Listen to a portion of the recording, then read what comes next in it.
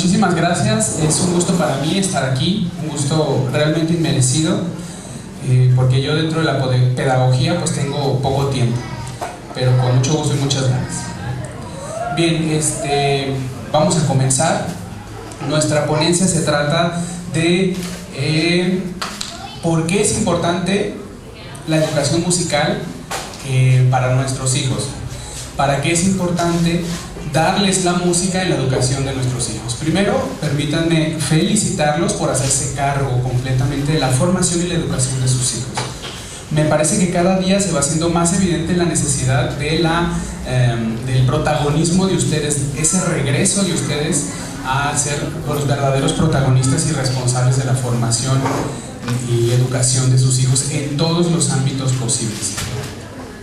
Muy bien, bueno, vamos a comenzar primero con un esbozo un poquito psicológico, un poquito biológico incluso también, de cómo es que nosotros aprendemos, cómo es que nosotros decodificamos, o más bien tomamos la información de fuera y la decodificamos, la almacenamos y luego la traemos de nuevo. ¿Sale? Todo esto está encargado ciertos procesos muy claros, son 8 procesos que se llaman procesos psicológicos fundamentales. Es la forma en la que nosotros conocemos, en la forma en la que nosotros interactuamos con nuestro medio, con nuestro entorno. Palabra clave, entorno. Entonces, vamos a hablar sobre todo de 2. Son 8 como les dije, pero vamos a hablar de 2. Percepción y memoria. La percepción es, como su palabra lo indica, esa interacción con todo lo que nos rodea. Digamos, es como la puerta principal por la que entramos a esta interacción, la percepción. Y hay otro concepto que es muy parecido, que incluso hay quienes los confunden e incluso los igualan, que es la sensación. Sensación y percepción, pero no podemos decir que son lo mismo, pero sí parte de, sobre todo la sensación parte de la percepción. La sensación es aquel estímulo que llega y que nosotros lo sentimos, sensación. La percepción es la forma en que nosotros desdoblamos esa información, decodificamos esa información de la sensación. Podemos decir que la sensación precede a la percepción. Una cosa es, por ejemplo, escuchar una voz humana, e incluso cualquier ruido para hacerlo incluso más, cualquier sonido para hacerlo más básico. Y otra cosa es reconocer que es una voz humana, reconocer que es la voz de nuestros hijos y el tono por ejemplo, de petición. Las mamás, incluso yo creo que también los papás, pero las mamás que tienen más contacto con sus bebés incluso hacen gala de que son capaces de poder interpretar el llanto de sus bebés. Es la única forma de comunicación no verbal, auditiva, que tienen los bebés. Lloran por todo, no porque les duela siempre, sino porque es la forma en que ellos se comunican. Ustedes lo saben perfectamente. Entonces esa es la percepción. Mientras que para muchos de nosotros, yo incluido, que no tengo hijos, oír llorar a un niño solo es sinónimo de ¿a qué hora se calla? Para muchas de ustedes y también muchos de ustedes significa tiene hambre, significa está sucio, significa ya se enfadó, significa tiene sueño. Esa es la percepción diferenciada de la sensación. Muy importante. Bien, pasamos al otro concepto que a lo mejor ahondamos un poquito más, que es el de la memoria. Ya sabemos cómo llega a nosotros la información y cómo la podemos decodificar. Ojo, la percepción no es el único proceso para eso. Tenemos lenguaje, tenemos atención, tenemos motivación y otros procesos, pero nos centramos solamente en ese por cuestión de tiempo y sobre todo para hacerlo más claro. La memoria es aquel proceso por el cual almacenamos esa información y luego el proceso para traerlo de vuelta. El aprendizaje se basa mucho en la memoria, evidentemente. Vuelvo a repetir, la memoria es aquel proceso por el cual almacenamos la información recibida y tenemos la capacidad de volverla a traer cuando la necesitemos, de recordarla.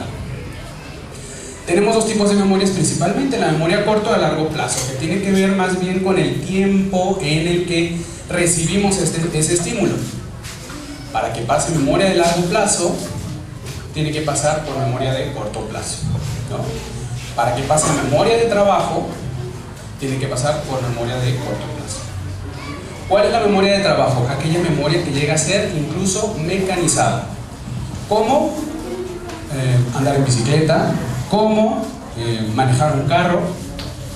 Son aquellas memorias que incluso ya tienen mucho que ver con nuestro cuerpo en cuanto a la memoria muscular.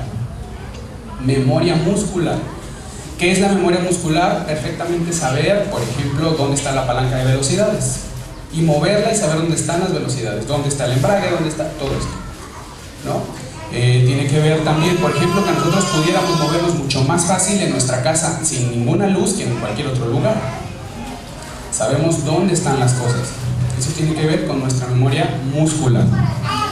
Por ejemplo, ¿cómo le hacen los deportistas para tener casi siempre los movimientos exactos como para meter un gol? Por ejemplo, para pararlo, para encestar, para la memoria muscular. Ese es el trabajo de la memoria muscular. El músculo se acuerda cómo se tiene que mover, se automatiza. Todos estos conceptos los vamos a necesitar más adelante.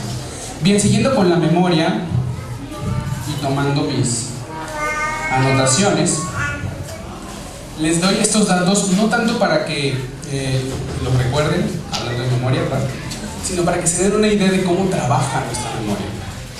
Nuestra memoria, más o menos, bueno, nuestra memoria es selectiva, como nuestra atención, y puede asimilar fácilmente entre 7 y 8 elementos a la vez, no más, no menos. Este tipo de información lo utiliza mucho, por ejemplo, la mercadotecnia, o lo utiliza mucho la pedagogía para saber cómo poder dar la información sin que sea demasiado difícil retenerla. Los números de teléfonos tienen, si no me equivoco, 8 dígitos. Las placas tienen 8 dígitos. Los comerciales, la paleta de colores no pasa de 6 colores, 6, 7 colores. Todo eso tiene que ver para que nosotros podamos asimilar la información. Eso y mucho más, tiene que ver con percepción y tiene que ver cómo se queda esa información, o sea, con la memoria, ¿no? Bueno, nuestra memoria puede asimilar algo más o menos de una duración de 30 segundos. Más o menos de 30 segundos. ¿Sale? Algo más largo ya empieza a oscilar, algo más corto pues es más fácil. Es como el límite, digámoslo de esa manera. Y nuestra memoria, estamos hablando de una memoria de corto plazo, evidentemente. Y la atención muy focalizada para poder asimilar y retener esa información es más o menos de 8 segundos, de esos 30 a los 8. Entonces, para cuando nosotros estemos dándole información a nuestros hijos, sea cual sea dentro de los programas de homeschool, o sea porque los estamos educando, o sea porque los estamos enseñando a ir al baño, porque los estamos enseñando a lo que sea que les estemos dando, entonces tengamos en cuenta estas cosas, ¿sí? No queramos darle toda una cátedra sobre la importancia de dejar el pañal y comenzar a ser independiente, sino simplemente esto se tiene que hacer de esta forma y de esta forma. Claro que hay diferencias también entre los sexos que no me voy a meter porque es algo que no domino definitivamente, pero también hay una diferencia importante. Muchas gracias. Bien, para que la memoria se optimice, para que siempre la podamos tener como una habilidad bien desarrollada, hay que tomar en cuenta 3 características. Y eso les va a ayudar muchísimo al momento de estar frente a sus hijos como educadores, ¿no? Como transmisores de información y también como agentes de formación. Estamos hablando de involucrar emociones, de involucrar la imaginación y de la asociación.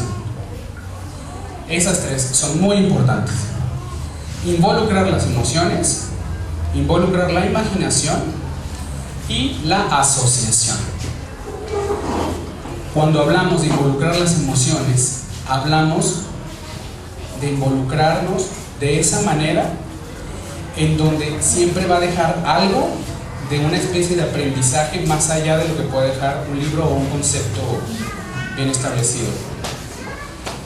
Todo el mundo nos vamos a acordar No sé si aquí todos, si alguno de ustedes ya fue educado de manera en el homeschooling, pero yo no. Yo fui educado en las escuelas, incluso escuelas públicas, la mayor parte de mi educación. Y yo puedo decir que puedo no acordarme de todos los conceptos, puedo no acordarme de todos los maestros, pero sí me puedo acordar de uno o dos maestros que hicieron una diferencia en mí porque me hacen recordar una clase, un concepto, una información que a lo mejor ni siquiera la utilizo tanto, pudo haber sido el binomio cuadrado perfecto. Sin embargo, ese maestro o esa maestra emocionalmente pudo decirme algo. Y entonces yo la recuerdo. Su manera amable, por ejemplo, su manera de hablar. E incluso no puedo haber sido no algo de ella particular, sino algo que yo asociaba con mi mamá, por ejemplo, que utilizaran el mismo perfume. Estamos hablando de cosas muy fortuitas, pero que ustedes pueden manipular para poder meter la emoción, las emociones dentro de ese proceso educativo, de formación. Nadie, y de ahí la importancia de que sean ustedes, nadie puede tener más acceso a las emociones de sus hijos que ustedes, por el simple hecho de ser sus padres, punto. Y de ahí lo delicado del trabajo de un educador, que se involucra con las emociones de un niño. De ahí también el riesgo, no vamos a negarlo. Después vamos con la imaginación, que tiene que ver con creatividad y con dejarla irse un poquito sin ser demasiado racional. La imaginación, la creatividad, cómo bajarlo al nivel de su edad, de lo que están viendo, de los temas, de su casa, de su realidad. Bueno, pues habrá que invitar a un pedagogo para que les hable de ello, porque esto solo es un esbozo para poder hablar de la educación musical. Un ejemplo claro, si yo les pregunto a ustedes, ¿cómo le harían para subirnos en 2 segundos, lo más rápido que pudiéramos, al salón de arriba? Más bien uno me diría, pues tendríamos que formarnos, entonces que se suban primero ellos, o a lo mejor una representatividad que solo esté arriba, no sé, un montón de cosas que tiene que ver con una racionalidad, con una imaginación, pero muy racional. Si le preguntamos a los niños que son muy creativos, te van a decir que van a volar. Pues vamos a volar y entonces nos van a salir alas y entonces nos vamos a meter por las ventanas. No. Cuando involucramos estos aspectos, la memoria se activa y se ancla. La memoria se activa y se ancla. Y es mucho más fácil retener la información, guardarla y traerla cuando la necesitemos. Y por último, la asociación, que es dentro de estas 3 características la que más ponemos en práctica los adultos. Cuando asociamos las ideas, los conjuntos con algo ya visto, o con una emoción, o con la imaginación, entonces es más fácil recordar algo. Y un ejemplo de todo esto juntos son los apodos, que nos invitan por ejemplo, junta de algo, de padres de familia, cuando estaban en la escuela. Ustedes ya como padres de familia, pues que iban a una junta. Bueno, pues es bueno conocernos para que sepamos que nuestros hijos, que sus papás, sí, vamos a hacer un grupo de WhatsApp para estar todos juntos y que la maestra y que la directora estemos en comunicación y, ok, de repente te meten a un grupo y no sabes ni qué onda. Y entonces le preguntas a tu esposa, oye, pues, ¿cómo era? ¿Cómo se llamaba ella? Pues es la mamá de Juanito. Sí, mamá de Juanito la despeinada. Y entonces, así le vamos poniendo apodos a muchas cosas, a mucha gente, unas veces en secreto, otras veces sin ningún problema, pero nos acordamos. ¿Por qué? Porque la memoria pues trabajó por medio de la emoción, por medio de la imaginación y por el medio de la asociación. El apodo es, aunque no sea lo más educado del mundo, es un ejemplo muy bueno para acordarnos de las cosas, de las personas, de las situaciones. ¿Sí? Perfecto. Bueno, ya hablamos de este esbozo general sobre la percepción y la memoria, cómo poder hacerle, qué es, de qué, por dónde se puede ver y cómo se puede aplicar más o menos. Ojalá ustedes ahonden más en estos procesos psicológicos fundamentales, cómo funcionan y cómo poder conocerlos, y ya conociéndolos los puedan utilizar a su favor o en el momento en que estén en sesión con sus hijos dentro del homeschool. Muy bien, pues ahora lo que vamos a hablar es sobre la educación musical. Cuando hablamos de educación musical, nos hace remitirnos a, puede ser, ya me dirán ustedes, a una educación formal. Que no es que esté mal, claro que no. Se necesita esa educación formal, sobre todo cuando vas ya en serio, cuando vas a especializar, cuando vas a conocer a fondo. Pero ustedes como papás, como adultos responsables de que un niño crezca integralmente, ¿en qué les beneficia la música? ¿Por qué propiciar? Y esta es la frase del día de hoy. La frase es propiciar un entorno musical al niño. Es la frase. Si de algo se tienen que acordar hoy saliendo es propiciar el entorno musical en el niño. Propiciar el entorno musical sí se va a tratar en un futuro próximo o no tanto de poder darle al niño darle al niño un formador más especializado en la música, sí, porque no todos aquí saben tocar algún instrumento, y más el instrumento que creemos que va a ser más factible para el niño, o ni siquiera sabemos cuál instrumento, muchas cosas, lo podemos entender. Pero lo que sí podemos, y lo que me atrevo a decir que tenemos que hacer para crear en el niño las habilidades para tener acceso a la música y a las artes en general, es el entorno, propiciar el entorno. Y para ello me voy a basar en una filosofía de la cual la maestra Aida también es muy buena y experta, porque ella sí es maestra de instrumento, en la filosofía Suzuki. La filosofía Suzuki o la pedagogía Suzuki, de la filosofía sale la pedagogía, es una escuela filosófica de aprendizaje musical que nace de la idea de un violinista y pedagogo japonés, Shinichi Suzuki. El doctor Suzuki comienza a tener ciertas experiencias en su vida que lo hacen llegar a conclusiones muy importantes, pero al mismo tiempo muy claras y muy simples, pero que poca gente se daba cuenta, que es precisamente la creación de un entorno musical al niño, para que él pueda tener las herramientas necesarias para en un futuro poder estudiar un instrumento. Él era violinista, comenzó con el violín, pero ahora se ha diversificado prácticamente a todos los instrumentos. El doctor Suzuki, como lo dice en este libro, se llama Educados con Amor, que es el inicio es la introducción a la filosofía Suzuki. Pues él, cuando era joven, tuvo que salir y vivir un tiempo en Alemania.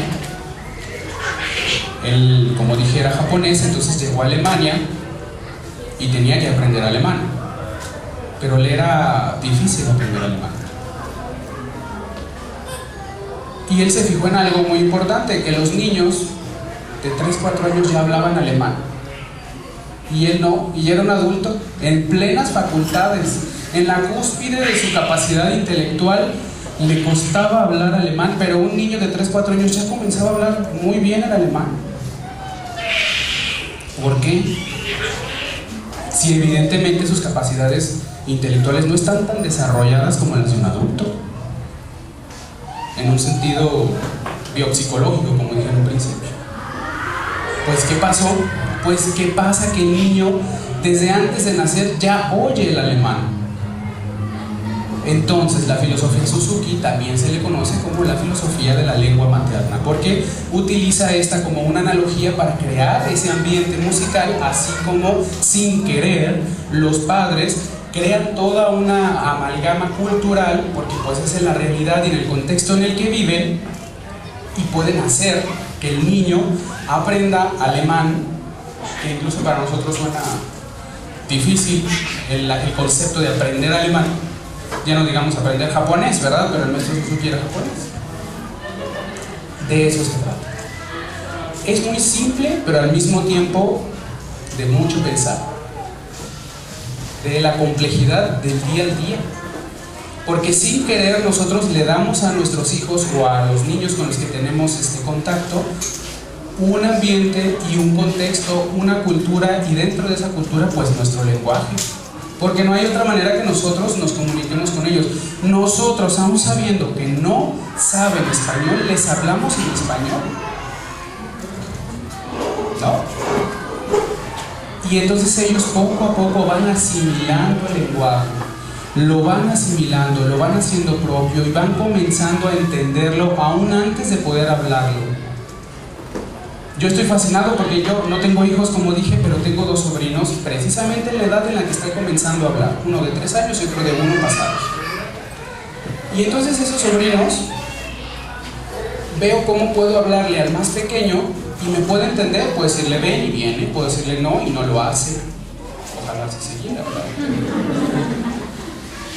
Y me entiende, y cómo entiende. Yo voy comenzando también a entender hasta qué punto para él le es fácil entenderme y hasta qué punto pues me va a ver con cara de pues no sé y me voy.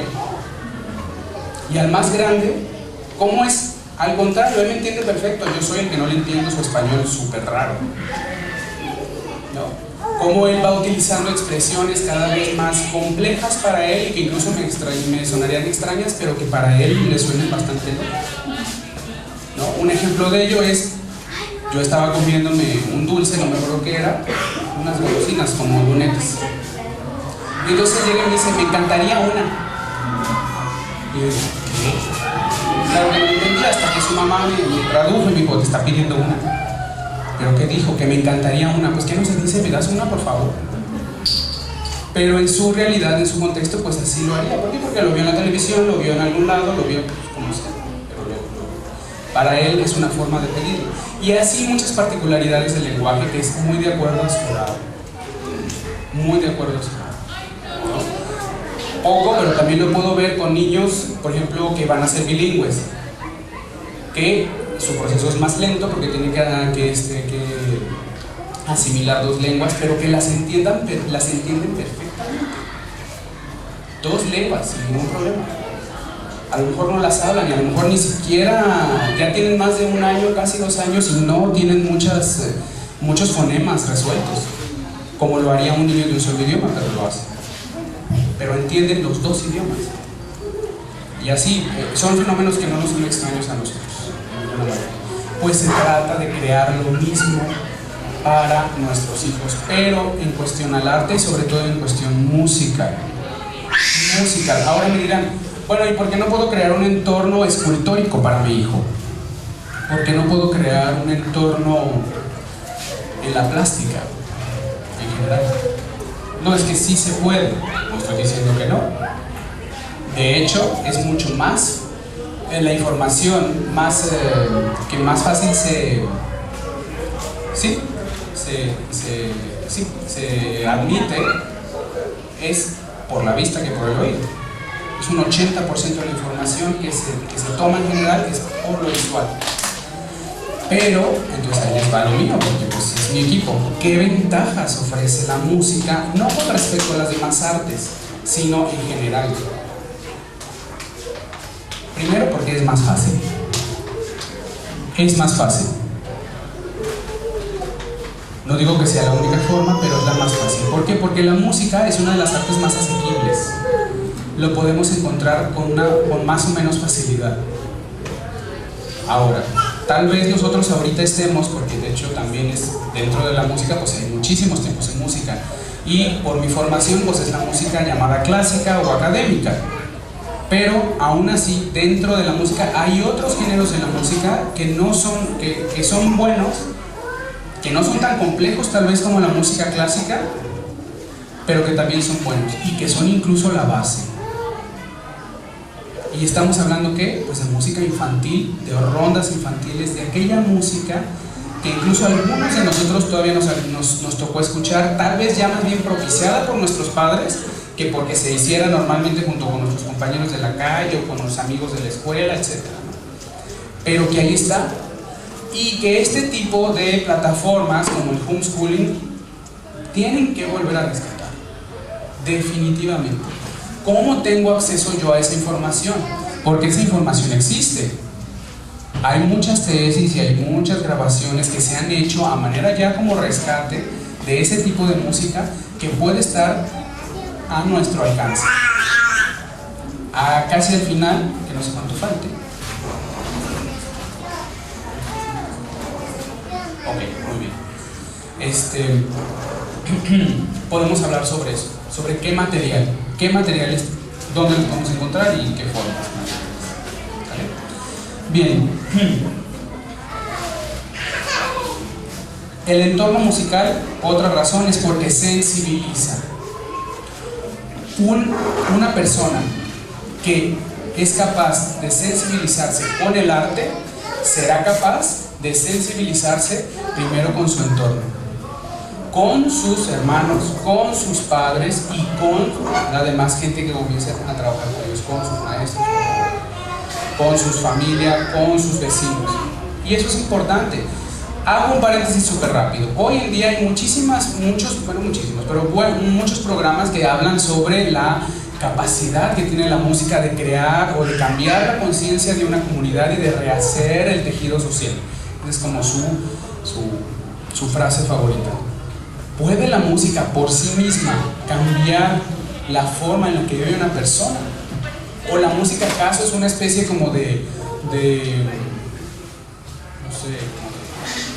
ansiolítico de nuestra forma de vida o de la pobreza? ¿O alguien va a estar contento porque no tiene trabajo pero sus hijos estudian música? Pues no. No podemos pensar que los programas sociales musicales por sí mismos van a hacer un cambio, nada más. No. Los programas sociales musicales van a hacer un cambio tanto cuanto coadyuven y trabajen en conjunto con otros aspectos meramente sociales que tienen que ver con un cambio en el entorno, que tienen que ver con una mejoría en la estabilidad económica y un montón de cosas. Pero, ¿en qué ayuda ese tipo de programas? Ayuda en que crea en el niño las habilidades y las disciplinas para poder buscar algo mejor, eso sí. Definitivamente. Ustedes oyeron que yo soy maestro en Guadalajara, que es del programa de Orquestas Sinfónicas Esperanza Azteca. Y esa es una de las finalidades, ¿no? Una finalidad social. Pero por sí misma, la música no te va a hacer mejor persona. Así como hay muchos genios en la historia de la humanidad que fueron artistas o que tenían cierta habilidad y gusto por el arte y la música, pues también hay muchas gentes que, sin ser demasiado buenas, ¿no? O tener ciertos aspectos que se les puede juzgar por ellos, también eran amantes de la música y del arte, ¿no? ¿Qué es lo que hace la música? Que te da las disciplinas, que te da las habilidades para poder ser un mejor ciudadano. ¿Por qué? Porque te sensibiliza ante las necesidades de los demás. Te hace un mejor ciudadano porque te sensibiliza en la necesidad de vivir en un entorno limpio, en un entorno, te sensibiliza en las necesidades de los demás y en muchos más aspectos que socialmente sí comienzan a hacer, a traslapar y a hacer un poco, a tomar conciencia de vivir de la sociedad y cómo vivir en la sociedad. Esa es la importancia. La gente necesita, o el niño necesita del arte, porque el arte también va a necesitar de ese niño cuando crezca. Y también tiene que ver con esa sensibilidad. Hoy por hoy, hablar de ir a escuchar un concierto al Teatro de Gollado con la Orquesta Filarmónica, o ir a escuchar un concierto con el Coro del Estado, o ir a ver el ballet, o incluso prender un rato la tele en algún canal cultural porque van a pasar, digamos, el Cascanueces o Madame Butterfly o alguna cosa de esas, pues no nos es tan familiar. No nos es tan familiar a algunos de nosotros, tal vez. Y pues mejor otra cosa, mejor algo de lo que ya tengamos como más facilidad, que estemos más familiarizados. ¿Y qué es lo que pasa ahí? Pues que nosotros no crecimos en ese entorno y no nos es familiar. y puede gustarnos, pero ya después cuando tengamos algo que nos hizo ir a ver algo a fuerza y entonces digamos, ay mira, pues si no está tan mal, ¿verdad? Mira, hasta me gustó.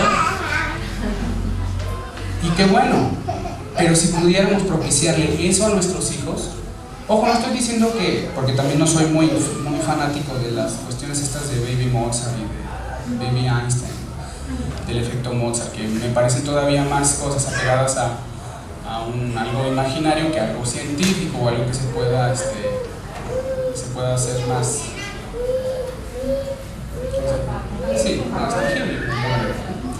Pero lo que sí es crear ese entorno musical con música clásica, pero también con música infantil, con otro tipo de música que, ojo, ¿qué criterios? Ahorita les vemos rápidamente porque se está yendo el tiempo.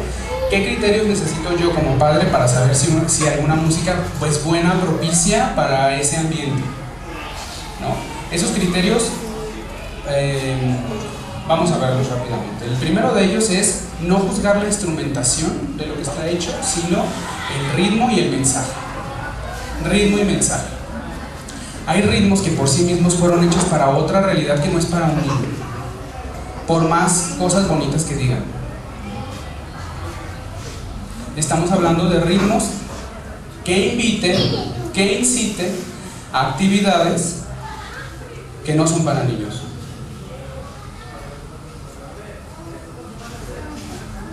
Así de sencillo. En la música sacra, en la música sagrada pasa algo similar, porque de repente nos damos cuenta que la misa con mariachi, está bien padre la misa con mariachi.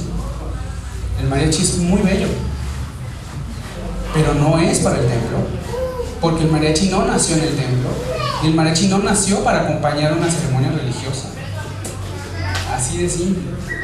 No es sagrado porque no nació para ese ambiente sagrado. Así de sencillo. Punto. El mariachi es para la fiesta. Y escuchar y crear un entorno al niño musical con mariachi es muy bueno. También se trata de la diversificación. De la diversificación de estas opciones. No se trata de ponerle todo el opus de Mendelssohn al niño, o ponerle todo el Kegel de Mozart, todas las obras, ¿no? Tampoco se trata de eso, pero sí de incluir, de que no le sea al niño algo ajeno, porque como si nosotros propiciamos ese ambiente musical y el niño y nosotros decidimos que él también siga su formación musical con la ejecución de un instrumento, no le va a ser para nada difícil poder entender la música si ya la oyó antes, si ya la escuchó antes. Y eso nos pasa a nosotros también. Si ahorita les pongo, por ejemplo, que me acuerdo, el Laboricius de Berio, Laboricius número 2 de Berio, es una cosa infumable, que tú lo oyes y dices, ¿de verdad esto se considera música? Pero si yo les pongo el final de la novena sinfonía de Beethoven, todo el mundo se va, el himno a la alegría, qué bueno. ¿Por qué? Porque vamos a responder mucho mejor a aquello que nos es familiar. Aquello que nos es familiar. Cantarles a sus hijos es muy importante, es muy bueno. Si yo no desarrollé el oído de tal manera que pueda ser afinado, bueno, pues a lo mejor me ayudo de las grabaciones, que no pasa nada. Pero cantarle a sus hijos es muy bueno. Luego pasa, por ejemplo, que los niños, antes de edad escolar, son afinados y entran a la escuela y se desafinan, porque sus educadoras cantan y luego vas por ellos. ¿Mande? Sí, claro que influye muchísimo. Perdón, dígame. Es que veo que sí son muy afinados, así como por arte de magia, o sea, vamos, como que es su naturaleza, porque van a un coro y imitan el coro y cantan bien. ¿Y qué tal si en vez de llevarlos al coro, que también se puede, luego de repente ya están muy chiquitos y no tienen las habilidades desarrolladas para estar en un coro, pero se los ponemos en la casa y lo oyen, y mientras están jugando lo oyen, y mientras vamos al mercado o a donde quiera que ustedes vayan y los traen ahí a los niños, bueno, pues hoy no voy a escuchar a Luis Miguel, que no es que cante mal, pero me escucho una de Luis Miguel en vez de verme todo el disco, me escucho una y bueno, escuchamos un poquito de la quinta de Beethoven, ¿no? O me hago mis mixes de música, pues sí, un poquito con lo que me gusta y un poquito con lo que sé que necesito que escuche y que también a mí no me va a hacer daño.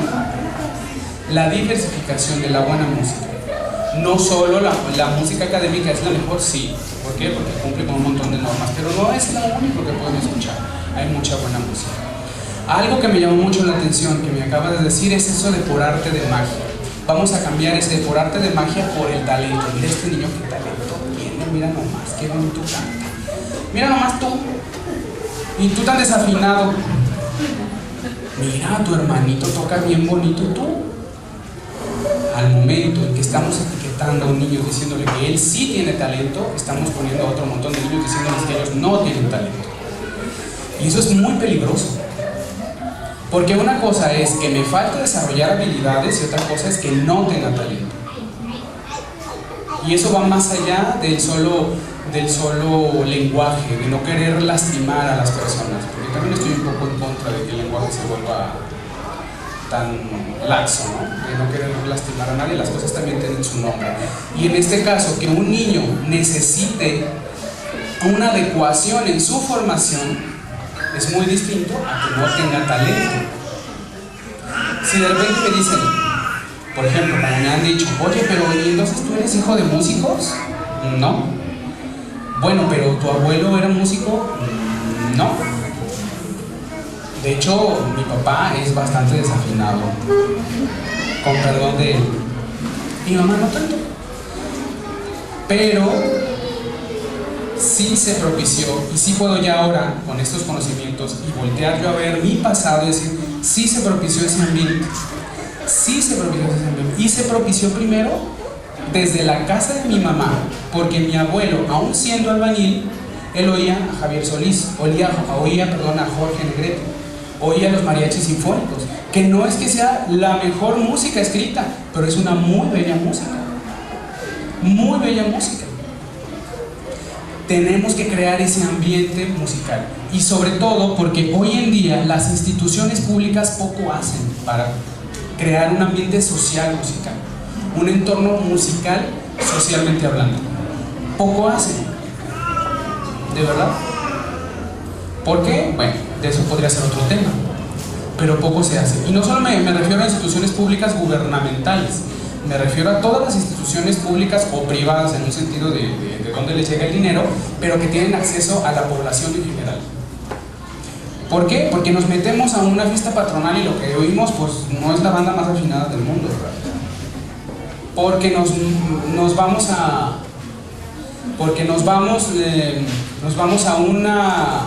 un festival de música. Y bueno, tenemos que estarle buscando para escuchar una buena interpretación, porque de repente, pues, con tal de diversificar la oferta, pues oímos cada cosa. Lo que oímos en las radios comerciales, pues no es lo mejor, para nada es lo mejor. Musicalmente hablando, no está bien hecho. Es simplón. Está chafa, pues. Musicalmente está muy básico. No ayuda, no enriquece. Aunque diga cosas bonitas, y peor cuando dicen cosas horrorosas, ¿no? Cuando nos metemos, y bueno, eso también pasa, no lo voy a negar porque pues, yo me dedico a la música sagrada, nos metemos al templo a misa y luego oímos cada cosa. Canciones que a lo mejor dicen Señor ten piedad, pero pues también piedad de los que tocan porque Dios ¿Ande? Y también porque ya no se propicia esa belleza completamente, por muchos factores.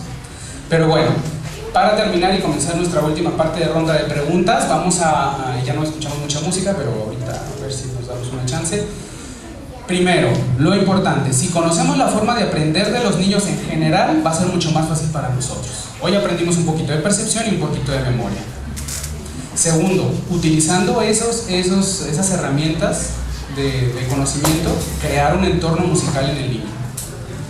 ¿Cómo? Simplemente entre más lo expongamos a la música, mucho mejor. Pero, ¿qué tipo de música? Pues toda aquella que esté bien hecha, teniendo en cuenta que el problema no son los instrumentos, sino en los ritmos y de lo que habla. Siempre poniendo cierta importancia en la música clásica, definitivamente. Definitivamente. ¿Sí? Eso es súper importante y también eso nos toca a nosotros. A lo mejor de repente a nosotros nos gusta otro tipo de música porque crecimos con ella, la fuimos descubriendo cuando todavía éramos jóvenes y nos apegamos mucho a ella y por medio de la emoción, de la imaginación y de la asociación nos trae muchísimos buenos recuerdos y nos anclamos a ella, claro, pero entonces vamos creando nuevos recuerdos con nuestros hijos con esta nueva música, nueva para nosotros.